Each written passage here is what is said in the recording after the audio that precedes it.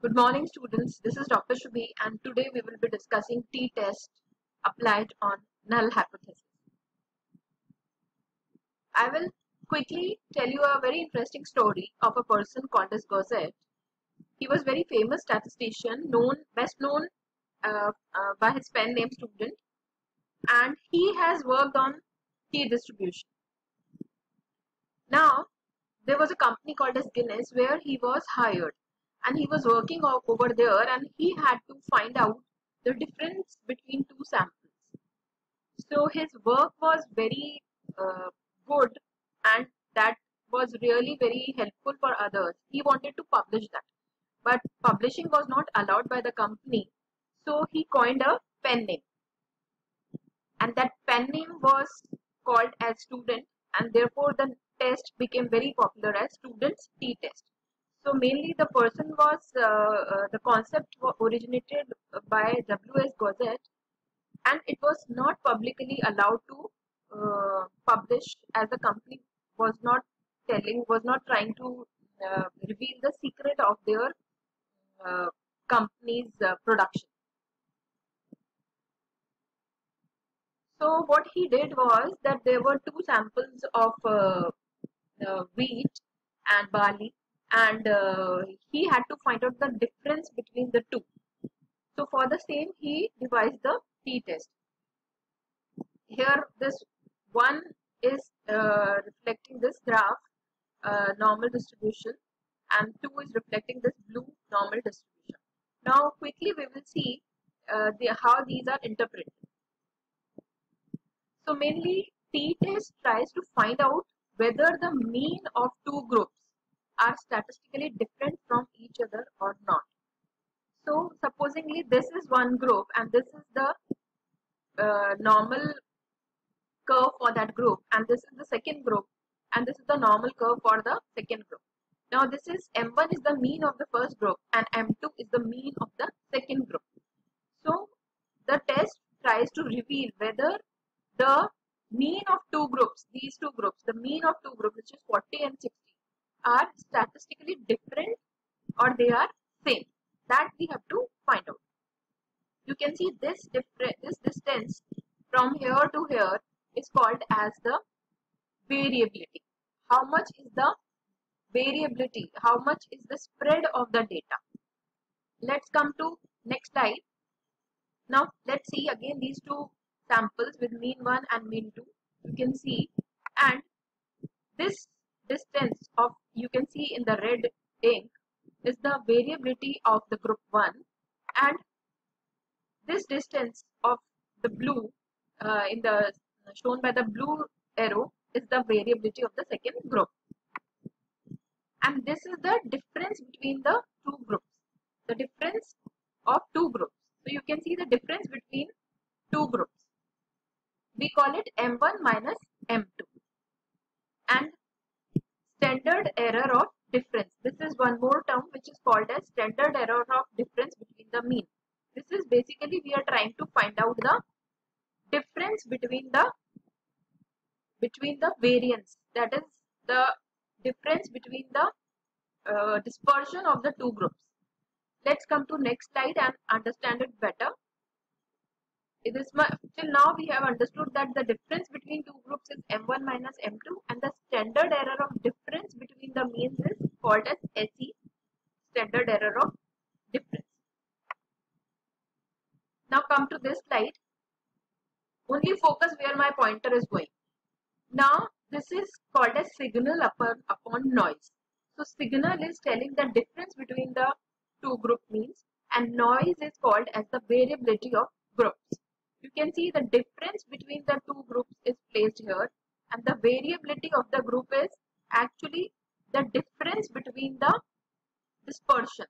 So you can see this is the dispersion of first sample, and this is the dispersion of second, and this is the difference between the variability. So now one thing comes that if there is an increase in the variance, you can see over here this is mean 1, mean 2, we are taking the absolute value, and this is your variance 1 of first group and variance 2 of second group.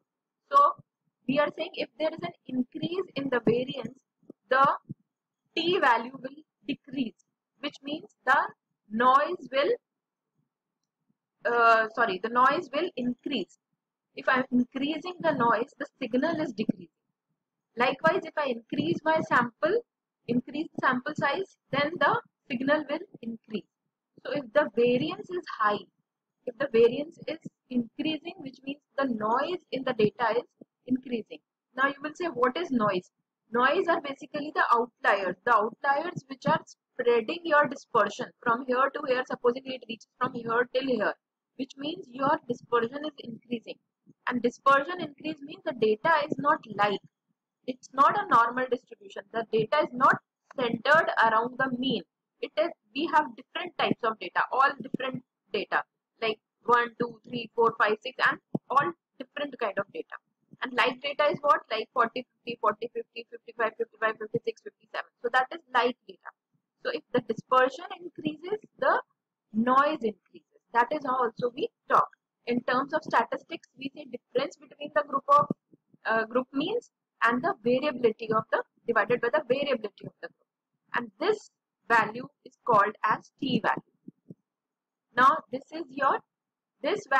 entire value of noise is called as standard error of difference between means. So standard error of difference between means what? It means this formula: variance upon sample size of first group plus variance upon sample size of second group. We add that and we find out the square root, under root. So these are your formulas. This is your standard error of difference between mean. Now in the clear picture you can see the standard error of difference between means is calculated with the help of variance divided by sample. There is one example for you how to substitute the values. If your standard deviation is this, then in that case what happens? This is your variance. Variance is what? Standard deviation into standard deviation, and n1 is your sample size, n2 is your sample size. You calculate and you get this value 2.22. So this is your standard error of difference between mean. Now again I'm bringing the same slide for you to just to have a recap and understand how it is done. So this is your t value which we are getting. This is the t value of the two samples. Now find out what is critical value. So before understanding critical value, first let's quickly revise what was null hypothesis. Null hypothesis used to say there is no statistically significant difference between the samples, which means both the samples are same. So there is no significant difference between the samples, say, is established as null hypothesis, and the researcher says that there is a difference between the two samples. So alternative hypothesis is always contradictory to null hypothesis. So as of now we say there is no difference. Now how to find out whether this hypothesis is true or false? So there is something called as critical value. So the t value that we calculate with the help of that formula that we have discussed in the previous slide, this formula, t-test formula, if this value is lower than the critical value, then we will not reject the null hypothesis, which means we will accept the null hypothesis. But if this t value is higher than the null hypothesis, the critical value, we reject the null hypothesis, and then we have to look for an alternative hypothesis, which is called as the alternative hypothesis, the researcher's hypothesis. So now let's see how the story goes. Supposingly this is your data for two fields, and this is mean, standard deviation, variance, and everything you have calculated with Excel, and now you substitute this value over here in this formula. So this is your standard error of difference between means, and this is your this is how you calculate, and m1 minus m2 is what? This is your m1, this is your m2. Field 1 is m1 and field 2 is giving you m2. So the values once we substitute over here, we get this. T value is 2.3. So this is our t value. Now how to interpret this t value? That what does it mean? That is our question. What does it mean? 2.3 means what? So there is something called as t table. in this T table we have degrees of freedoms and the P values. I hope you remember P, the alpha values, which can be 0.05, which means 5% of the times I can say that I reject a true null hypothesis. So 5% times I can be wrong, and then likewise this is 2.5% times, and this is 1%. So these are the percents. So degrees of freedom, how to calculate? It means the sample size is minus 2. So here it is 30. Why 30? Because we have 16 samples over here. I mean 16 values over here. So 16 plus 16 becomes 32 and minus 2. So 32 minus 2 becomes 30. So our sample size is 30. So where we will go and check? Suppose I am taking a p value of 0.05. So my critical value is what? My critical value is 2.04. And my t value is what? 2.3. Which means 2.3 is greater than 2.04. So now what? What we should do? We have to actually, in this case, we have to reject the null hypothesis and we have to look for an alternative hypothesis. Now one thing, can you see over here that the next column, where if I take the p equals to 0.025, in that case you can see the value is 2.36. So in this this means that your t value is somewhere lying between the p value of 0.05 and 0.025, which means what? It means that we have our t value is not very higher. If it is not very higher, in that case rejecting the null hypothesis and looking for alternative hypothesis can be dangerous, which means there is some there is no significant difference between the two groups and we can consider them as same, which is very, somewhere it is lying. Your t value is 2.3 and it is actually lying in between the two ranges. Had it been very high, like 4 point something or 8 point something, then we would have definitely rejected the null hypothesis and we would have gone with the alternative hypothesis. But here we can consider this case, so we are accepting the null hypothesis. So you can see over here, come back to the slide, if t value is lower than the critical value, then don't reject or accept the null hypothesis, which means we have taken a critical value which is crossing, which is a little lower than your t value. So we have to think. So we can say that there is no statistically significant difference between the two samples. There is, which means the difference is not much. You can accept the two samples. You can say that the two samples are same, so the yield would be same. Okay, sometimes we say why the yield was less, why the yield was more, and then we realize that the data was not proper. Some samples had good productivity, some had less, so that is why. And we have to find out whether our process is wrong or the data is wrong or the raw material is wrong, where we are going wrong. That is we are trying to find out.